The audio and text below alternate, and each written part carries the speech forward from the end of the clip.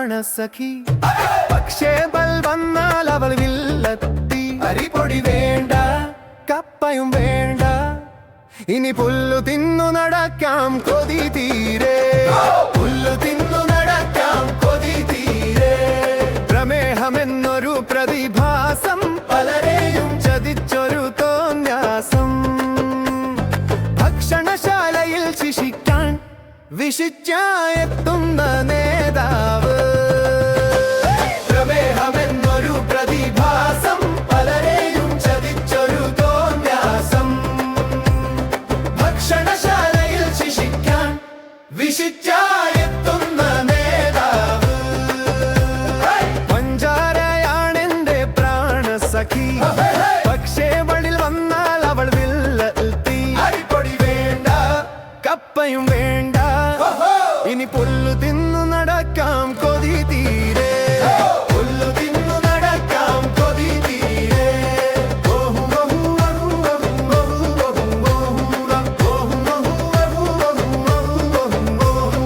കാലന്റെ പുതിയൊരു അവതാരം, കൂട്ടത്തിൽ കൂട്ടാൻ ഉത്സാഹം.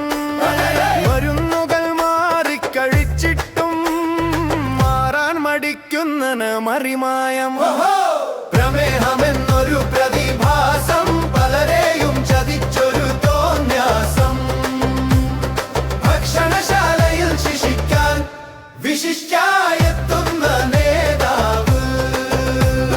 കഴിക്കാൻ പറ്റിയ കാലത്തു കാശില്ലായിരുന്നെന്ന് ഓർക്കുന്നു.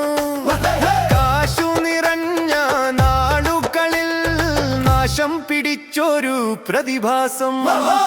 പ്രമേഹമെന്നൊരു പ്രതിഭാസം, പലരെയും ചതിച്ചൊരു തോന്യാസം. ഭക്ഷണശാലയിൽ ശിക്ഷിക്കാൻ വിശിഷ്ടായെത്തുന്ന നേതാവ്. മരണം വരെയും കൂട്ടായി, ഈ മാരണമുണ്ടെന്നുറപ്പായി. പിന്നെ എന്തിനു ശങ്കിക്കുന്നു, ചങ്കായി തന്നെ കൂടിടട്ടെ. കല്യാണ വീട്ടിൽ പോയി നിന്നപ്പോൾ കണ്ണിൽ കണ്ടു ചന്ദനവർണ്ണ ലഡ്ഡു.